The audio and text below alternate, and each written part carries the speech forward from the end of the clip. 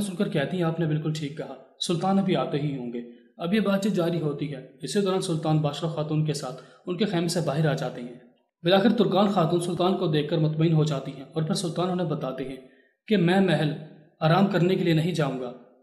باشرہ خاتون نے جو مرہم بنائی ہے انشاءاللہ تعالی مجھے اس سے شفا ملنے والی ہے، لیکن میری توجہ سب سے پہلے قلعہ کوول پر ہے، کیونکہ میں نے خواب میں اپنے والد صاحب کو دیکھا تھا اور وہ مجھے بشارت دے رہے تھے کہ آپ قلعہ کوول پر حملہ کریں اور اسے فتح کر لیں۔ اب یہ بات چیت جاری ہوتی ہے، اسی دوران باشرہ خاتون کے بھائی بارتو اپنے پورے قبیلے کے سپاہیوں کو لے کر کنک قبیلے میں پہنچ جاتے ہیں۔ باشرہ خاتون اپنے بھائی کو کئی سالوں کے بعد دیکھ کر حیران اور پریشان رہ جاتی ہیں کہ انہیں کیسے معلوم ہو گیا کہ سلطان کنک قبیلے میں ہے اور باشرہ خاتون بھی۔ اور پھر جیسے ہی باتور اپنے گھوڑے سے اتر کر اپنی آپا باشرہ خاتون کا نام لیتا ہے تو دونوں بہن بھائی پیار محبت کے ساتھ ایک دوسرے کے گلے لگ جاتے ہیں اور کہتے ہیں ہم دونوں کئی سالوں کے بعد ملے ہیں اور میں نے باشرہ خاتون آپ کو بہت یاد کیا۔ تمام لوگ یہ دیکھ کر بہت خوش ہو رہے ہوتے ہیں کہ کئی سالوں کے بعد دونوں بہن بھائی آپس میں مل گئے۔ اور پھر باتور پوچھتا ہے کہ میرے دونوں بھانجے کہاں ہیں؟ باشرہ خاتون خوشی کے مارے رونا شروع کر دیتی ہیں اور کہتی ہیں میرا بڑا بیٹا ملک تاپار۔ اور پھر جیسے ہی وہ اپنے ماموں کے گلے لگتا ہے تو وہ کہتے ہیں ماشاءاللہ تم شیر کی طرح بہادر ہو، جیسا میں نے تمہارے بارے میں سنا تھا۔ اور پھر باتور باشرہ خاتون سے پوچھتا ہے میرا دوسرا بھانجا کہاں ہے؟ باشرہ خاتون سنجار کی طرف اشارہ کرتے ہوئے کہتی ہیں یہ میرا چھوٹا بیٹا سنجار ہے۔ اور پھر جیسے ہی سنجار باتور کے قریب آتا ہے تو اپنے بھانجے کو گلے لگاتے ہوئے کہتے ہیں ماشاءاللہ تمہاری نگاہیں عقاب کی طرح تیز ہیں اور تمہارا جسم شیر کی طرح ہے۔ کیا تم وہی سنجار ہو جس کی بہادری کے قصے کنک قبیلے سے محل تک جا پہنچے ہیں؟ اور پھر جیسے سلطان ملک شاہ باتور کو خوش آمدید کہتے ہیں تو باتور کہتے ہیں شکریہ سلطان، لیکن میں یہاں پر آپ کا شکریہ ادا کرنے کے لیے نہیں بلکہ اپنی بہن کو لینے کے لیے آیا ہوں اور ہم دونوں مل کر اپنی سرزمینوں پر واپس چلے جائیں گے۔ باتور کی بات سن کر وہاں پر موجود تمام لوگ حیران اور پریشان رہ جاتے ہیں اور وہ سمجھ نہیں پاتے کہ باتور خوش ہونے کی بجائے ایسی افسوس والی باتیں کیوں کر رہا ہے۔ دوسری طرف ایک جاسوس حسن صبا اور مہتراس کو بتاتا ہے کہ ہمارے جاسوسوں کی خبر کے مطابق باتور کنک قبیلے پہنچ چکا ہے اور وہ سلطان ملک شاہ کو دھمکانے والا ہی ہوگا۔ دوسری طرف ہم نے قلعہ کوول کے راستے میں کسی بھی سلجوقی سپاہی کو نہیں دیکھا۔ مہتراس سے سن کر کہتا ہے زیادہ خوش ہونے کی ضرورت نہیں ہے کیونکہ سلجوقی سپاہی قلعہ کوول تک پہنچ چکے ہوں گے۔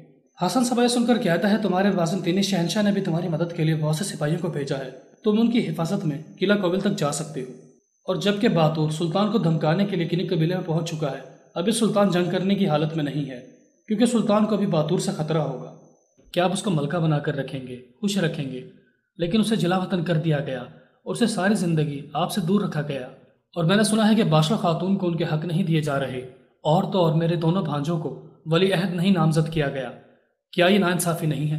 سلطان یہ سن کر کہتے ہیں جہاں تک باشرہ خاتون اور میرے بیٹوں کی حق کی بات ہے وہ انہیں دیا جائے گا، لیکن اگر آپ ولی عہد کے نامزد کرنے کی بات کر رہے ہیں تو میں نے اپنے بڑے بیٹے برق یارق کو کیا ہے جو اس کا پہلا حقدار ہے، میں نے کسی کے ساتھ بھی کوئی ناانصافی نہیں کی ہے۔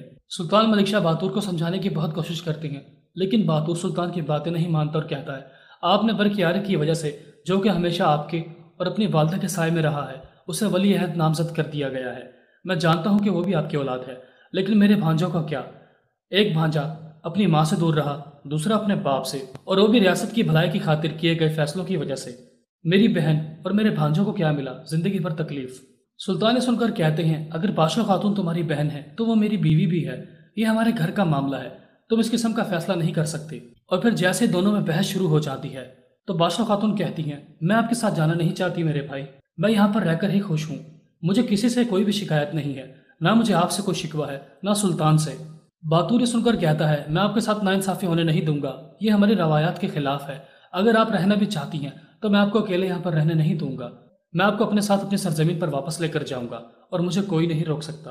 ملک تاپار جب یہ سنتا ہے کہ باشرہ خاتون بھی نہ جانے پر اصرار کر رہی ہیں تو وہ اپنے ماموں باتور سے کہتا ہے دیکھیں آپ کئی سالوں کے بعد ہم سے ملنے کے لیے آئے ہیں لیکن اب آپ امن توڑنے کی باتیں کر رہے ہیں، میری والدہ آپ کے ساتھ جانا نہیں چاہتی اور آپ زبردستی کر رہے ہیں۔